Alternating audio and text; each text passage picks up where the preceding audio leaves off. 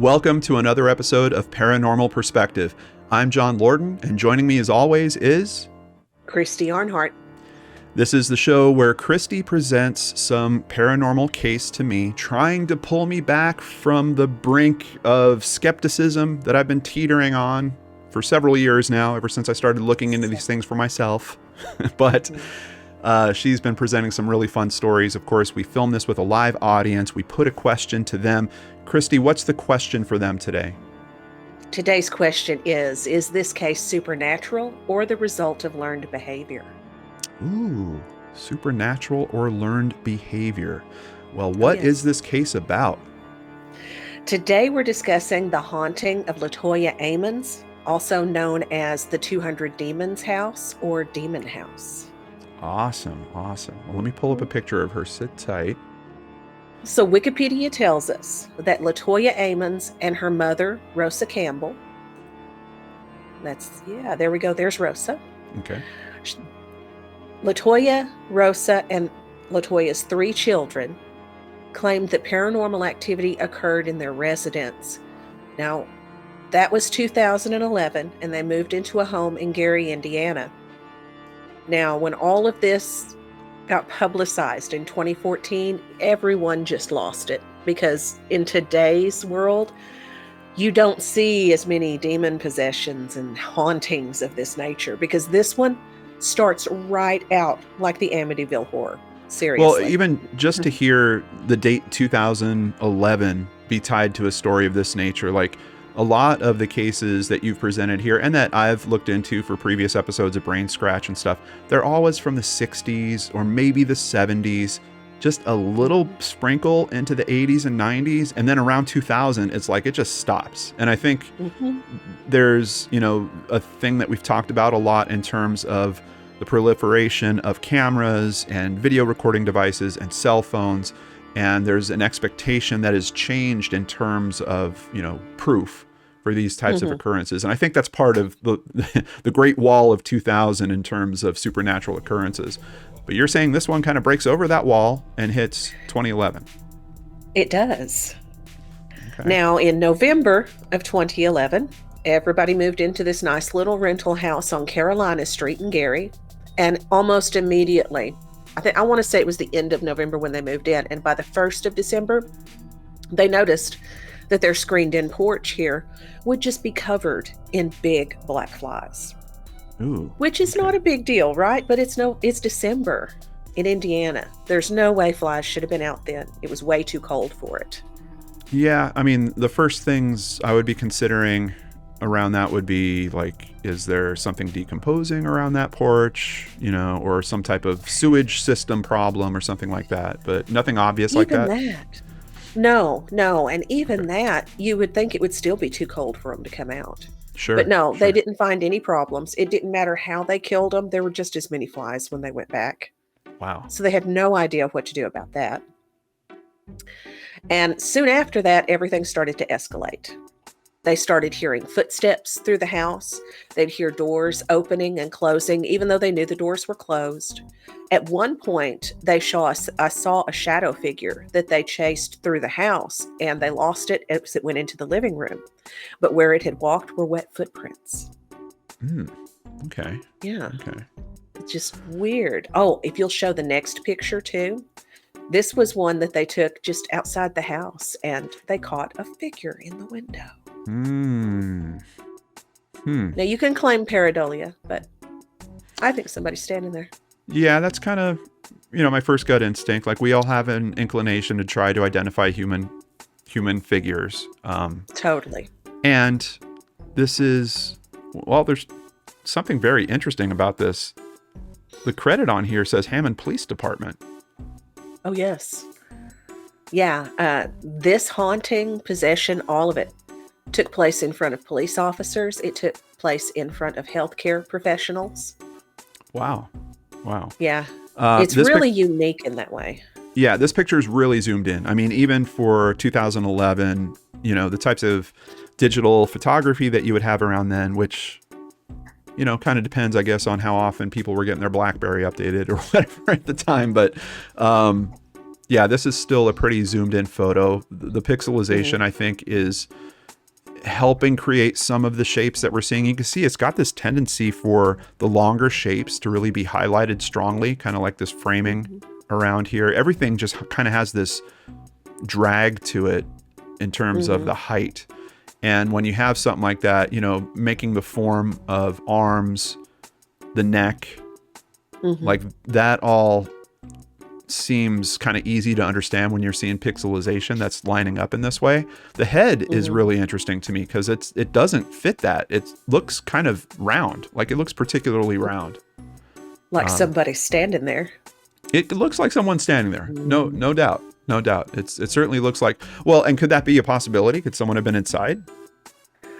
Well, not when they took the picture because, and I get into it, but police were called, you know, any photos that they took, yeah, they would have made sure nobody was there. Okay. All right. Well, take us through the details. Yeah. Okay. Now, on March 10th of 2012, things really started to get interesting. In the middle of the night, the family was setting up and they were visiting with other family members. Someone within the family had passed away. They were all sitting around reminiscing and comforting each other. And they start to realize that Amon's 12-year-old daughter was levitating above her bed like she was laying down. Now, they, of course, prayed over her. They tried to pull her down and couldn't do it. Eventually, she did come to rest back on the bed. And when they asked her about it, she had no memory, had no idea of what they were talking about whatsoever. So at this point, they're all like, we need some outside help with this. This is beyond our control. So they started calling their local churches. Now, this family, from what I can tell, is staunch in their religious beliefs. They're Christians. So much so that Rosa, her mother, claims that she wasn't affected by any of the haunting or possessions because she has a special guardian angel. Evidently, she believes that some people are born with a guardian. Not all of us, just some of us. And that her guardian was keeping all of this away. I'm not going to say any more about that. Okay. I don't mean to poo-poo on people's beliefs, but even as a Christian, I'm like, really? You're the only one that gets one? I mean, isn't believing in this stuff kind of... Yes, that causes its own problems because that's immediately what you go to. You don't look to more common, you know. And this occurrence that you're talking about someone levitating off their bed, like now we're starting to hit elements of stories that we've heard before. Like we've kind of had the children possession stories that we've heard in the past. And that is a very familiar feature of those. But we now have it happening currently. And even if we're talking, you know, grainy BlackBerry phones, is no one thinking of trying to get some proof of that while it's happening? I mean, I guess you'd be so freaked out about it happening that you're going to respond first, but... Well, if it's one thing I've learned, when these things happen suddenly, it doesn't matter if you've got a camera in your hand or not. It's usually fast enough that by the time you think, I got to film this, it's over with. Yeah. But in 2011, people weren't as prevalent in videoing, and I don't remember being on my phone all the time in 2011, and That's I certainly didn't have a good way to take videos either. Yeah, it's different now. Yeah, I mean, nowadays it's like if you see something weird on the street, I mean, it's like people are like cowboys were with their holsters. I mean, it's just wham, that phone's out and going. Yeah, that's true. And so you're not going to get any audio or video evidence in this one, but it's all backed up with very reliable sources. So the family calls churches, right? Nobody wants to help them. One of the churches did suggest that they make a mixture of bleach and ammonia and cleanse the house with it. Okay. Now, we all know that makes mustard gas. Oh, geez. So, yeah. Let's hope they didn't actually mix the two of those together. Okay. But they were also told to take oil and draw crosses on the windows, crosses on the doorways to keep evil out. Amon's even went so far as to wash her children's feet with olive oil and to anoint their heads with it, put crosses on their heads and whatnot. Okay. Because the churches wouldn't help, they started to ask psychics. When they reached out, one psychic specifically is the one who told them, "You've got 200 demons in your house." That's how good she was. She didn't even have to come out there. Over the phone, she was able to diagnose this. So that has to be 200 legit. demons. Wow. 200. That is a lot. You have the biggest hellmouth in Indiana living in your house, if that's the truth. Did she follow it up with, "You've got 200 demons and I charge $10 per demon, so you now can send my check of $2,000"? This phone call will be $3 a minute. No, Right, not as right. far as I know, but it might as well have been. Don't call us. No. Yeah, it wasn't a 1-900 number that they called. No, but it might as well have been. Yeah. So anyway, they told them basically there's nothing you can do here. What you're going to have to do is just move. Well, they weren't in a financial position to be able to do that. Most people aren't. So they stayed where they were. And it was suggested to them that they place an altar in a point of the house that they felt this activity was coming from. So under the stairs in the basement, there was this large dirt area, and they set up an altar back there. Now, it was a table. I think it had a white cloth on it. It had, it did, a white sheet and a white candle. It had a statue of Mary, Joseph, and Jesus on it.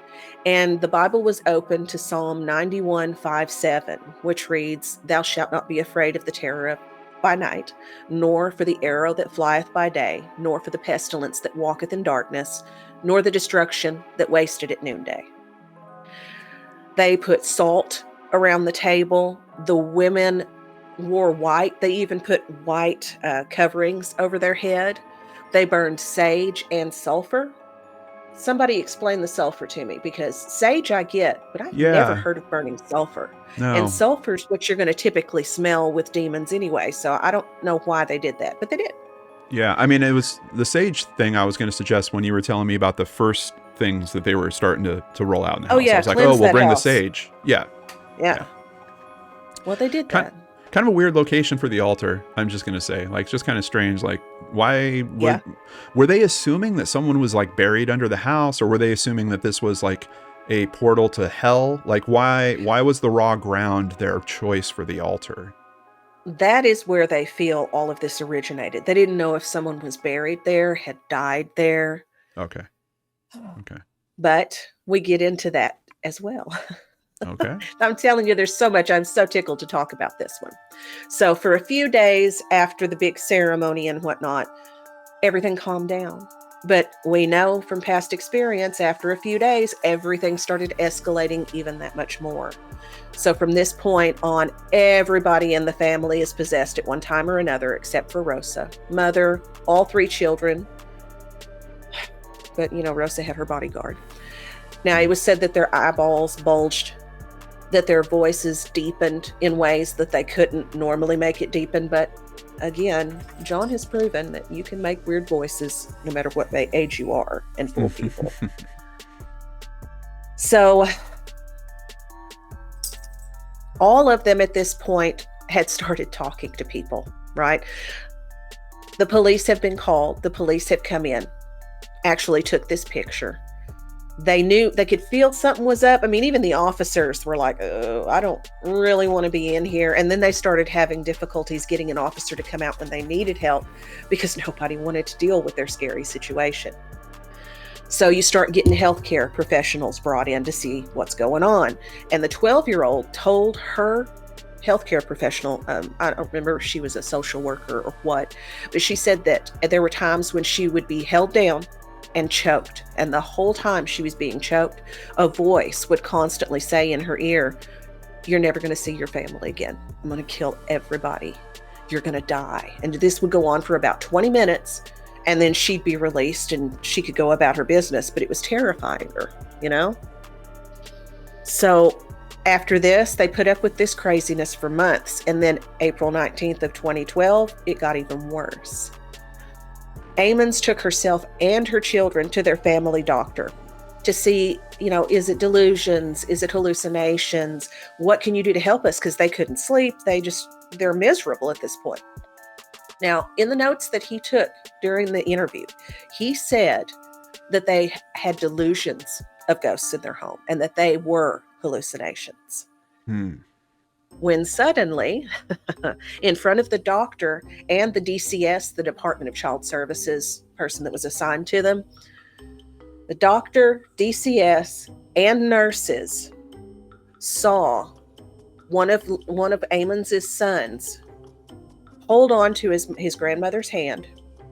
He walked backwards up a wall to the top, flipped, and landed behind his grandmother, and he never let go of her hand the whole time. You know, there was everybody who was interviewed for this, the nurses, the doctor, everybody said the same thing.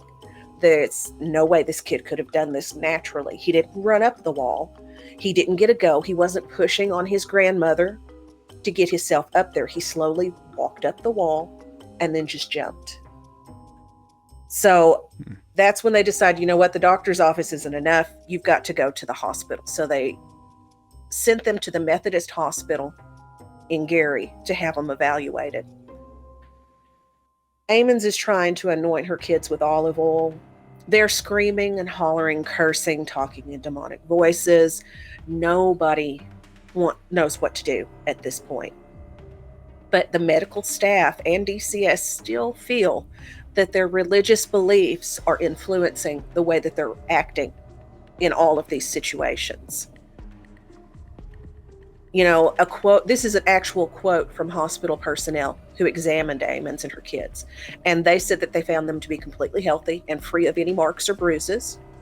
The hospital psychiatrist evaluated Amons and determined that she was of sound mind. Then the DCS worker, whose last name is Washington, interviewed the family in the hospital.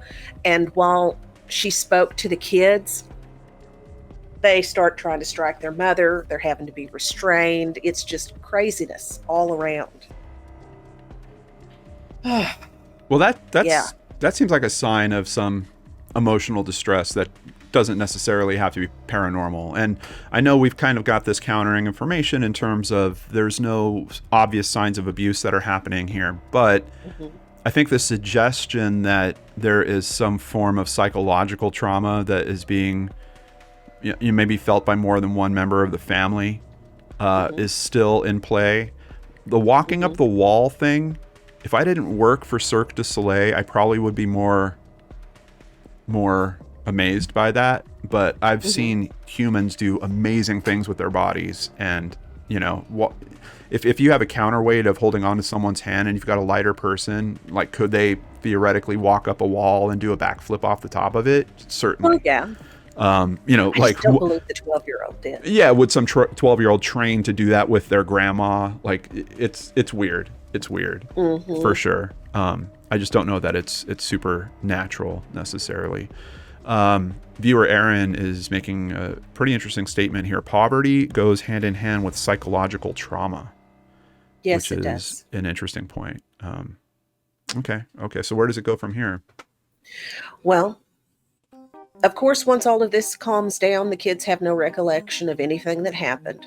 But the social worker said that even though the boys did display some type of demonic behavior, she felt that some of it was the result of mental illness. She, however, did say she believed that there was an evil influence affecting the family. And that's the same thing the doctors and the hospital staff said too. They were like, something very weird is going on here. It's not just mental illness, even though we see that. Okay. So from there, they split the kids up. They send one to one hospital, one goes to a psychiatric hospital so they can all be evaluated.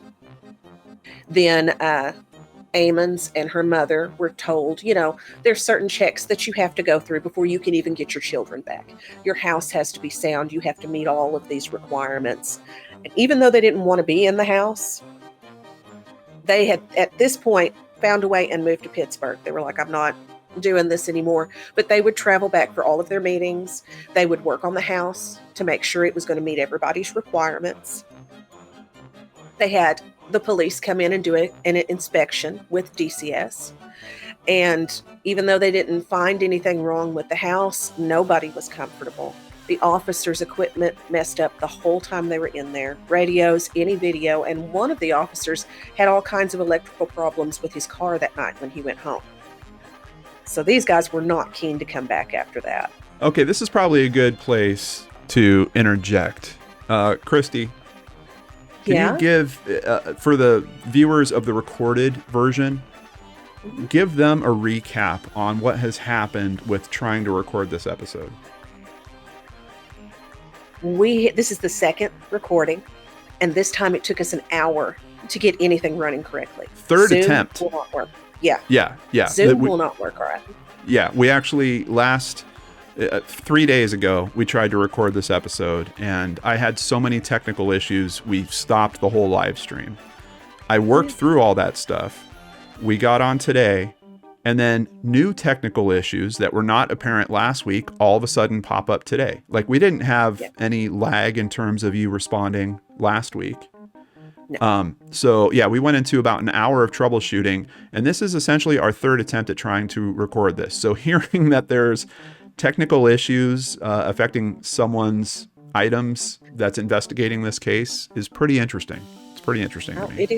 It is. And the whole ghost in the machine aspect of it, it's like, ooh, someone doesn't want us to talk about this. I guess.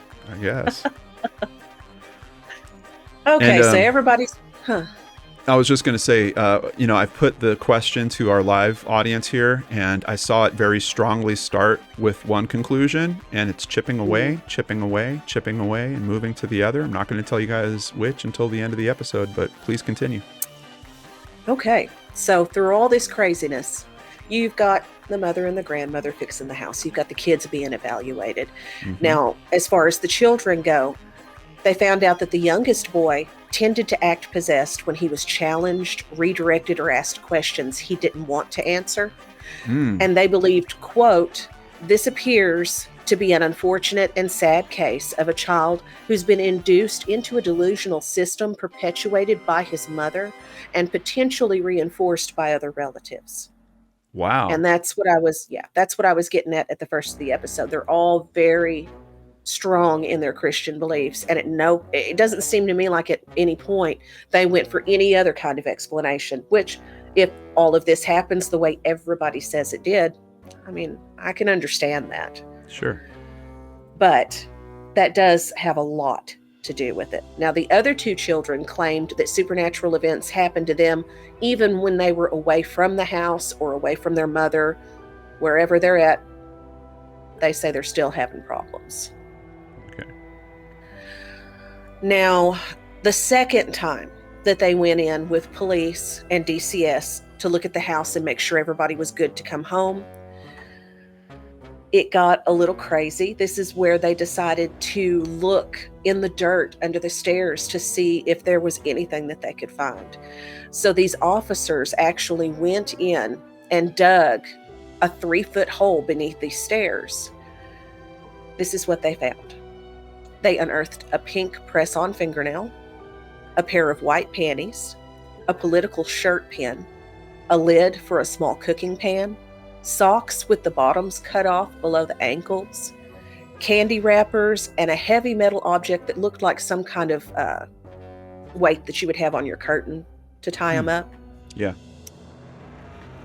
They also found something very unusual this time, and that's all they found in the hole.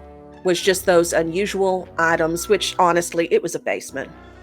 Yeah. That stuff could have been tossed around down there and gotten covered up. It's no big deal. None of it seemed nefarious.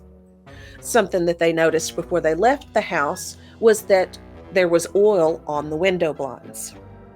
And I think we have a picture of this too.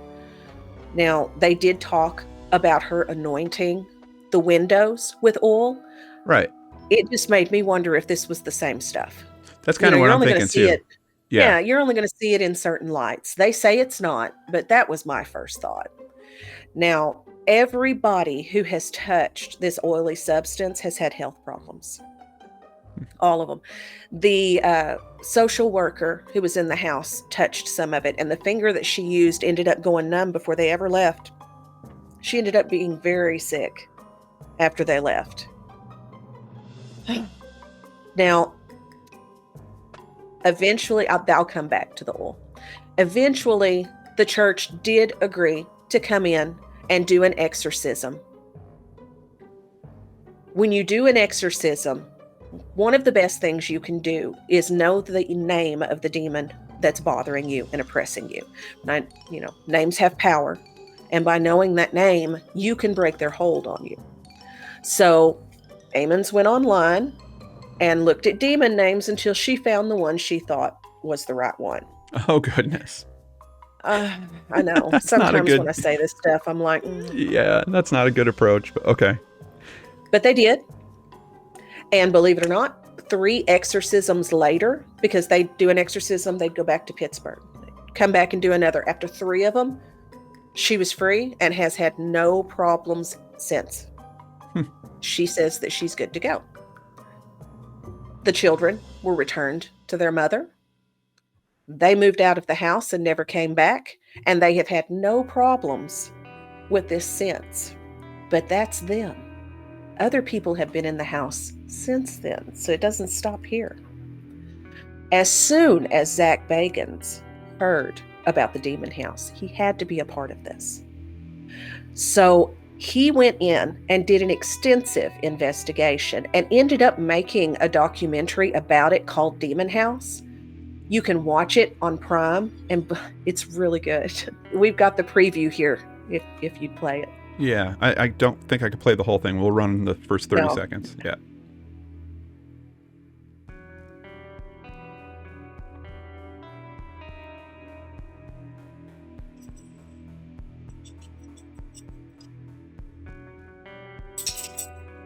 It looks like the intro for this show.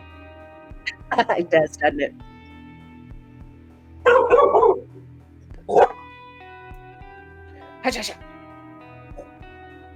Uh-oh. Zach. Hell is real. Wow. I mean, you at your own risk. And look right Zach here. Told, yeah. I mean, it's crazy. Look, there's our picture. There's our picture. Yep.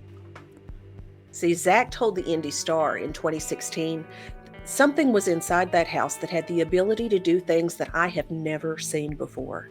There was something there that was very dark, yet highly intelligent and powerful. Now, I'm not even going to tell you about the documentary. You have got to watch this. I think I'm interested enough that, yeah, I'll give it a watch. Yeah. Oh, yeah. John watched it with me. He enjoyed it for entirely different reasons. Well, now I'm definitely checking it out. We did. We watched it. It was good. And it offered a lot of information about the house. You hear all kinds of different things, not to mention they run into the oil on the windows again as well. And everybody who touches it starts to have problems. Have you ever wondered why Zach wears his glasses? It's because of that oil. What? But I've seen him wearing glasses for years. As a matter of fact, he says this demon is bought a pair of Zach Bagans Jeepers Peepers. And when they were delivered, they came with this awesome Zach Bagans face mask. Hell yeah. Yeah, here we go. Come on. See? Oh my gosh. I hate to say it, but I totally bought that too. I know that Zach is under some pressure right now for supposed baking. Really? But, what's going on with that? I'm going to leave these glasses on now. They filmed an episode at a hotel, and another ghost hunting group come through a couple of weeks later. Yeah. And the person who runs the hotel was like, oh, Zach faked this and Zach faked that. So there's a little bit of an uproar going along right now. You can't fake this stuff, buddy. But to top it all off, during this investigation, Zach brings in the famous, ever wonderful Dr. Barry Taff. We know him from the Entity hauntings. We know him from the San Pedro haunting. Here's the man himself. Yep. He was brought in as well and touched the oil. Now, within days of filming that, his organs shut down. Would you guys stop touching the oil, please? Everybody? His organs shut down. They thought he was going to die. You know who I wanted to touch the oil? Someone that can actually test it. Has anyone that can run tests on it? Yeah. Has anyone actually? No. Well, that would make sense, wouldn't it? And Dr. Taft should know that. Did He's had Zach to buy test this bullets house? before. I'm getting there. Oh, okay. So Dr. Barry is doing well now. He did get Okay. over that, but yeah, Yeah. he still has health problems because of it. Okay. Now, after their investigation, it was completed in February of 2016, filming everything. Zach bought that house sight unseen as soon as he heard that it was possessed. Right. And February of 2016, they bulldozed it to the ground. But Zach took the pieces of the house and they now reside in a warehouse that he owns because he doesn't want anybody to be affected by this ever again. Can't we get someone to test the oil? That's all I want, Zach. Just have someone test the oil. Well, and here's a fun fact about Gary, Indiana that I didn't know. First of all, it reminds me of Erie, Indiana. I used to watch that show in the 90s all the time. Yeah. Gary, Indiana is considered a ghost town. It has more abandoned buildings per capita that even though there are some people who live there, it's a ghost town. Yeah. I didn't know that.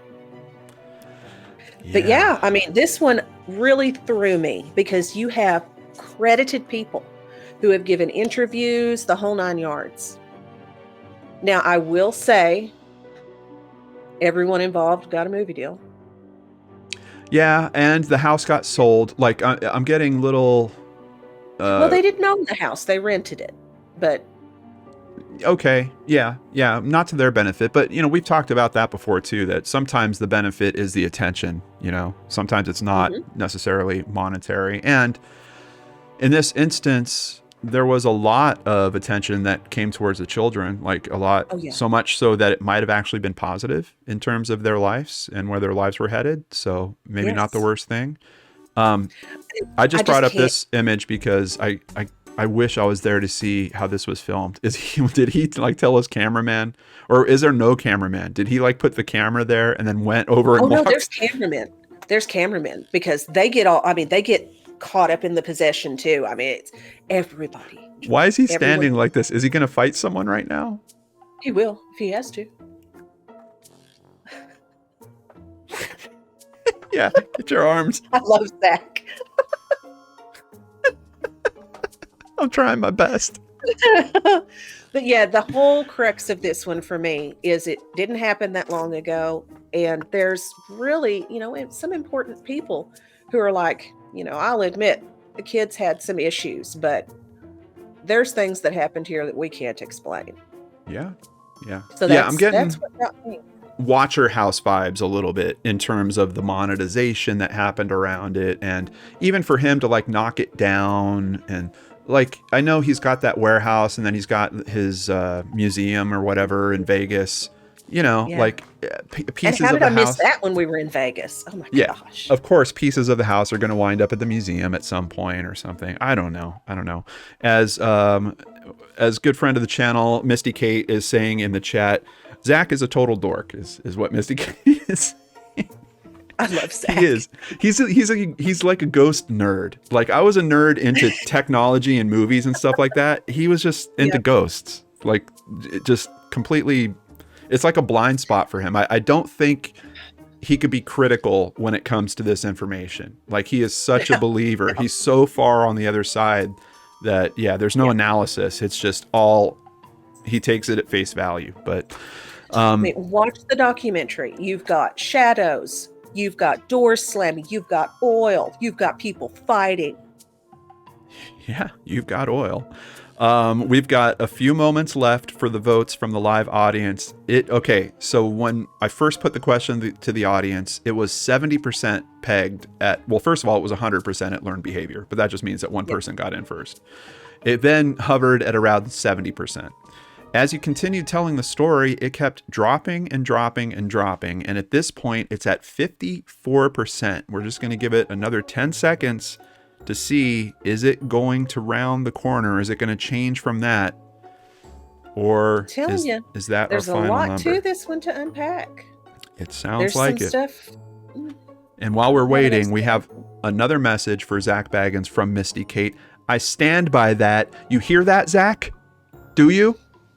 Just Take it all in, Zach. We love you. And if you use code LordanArts when checking out at jeeperspeepers.com, you will get your own Zach Baggins eyewear at 10% off.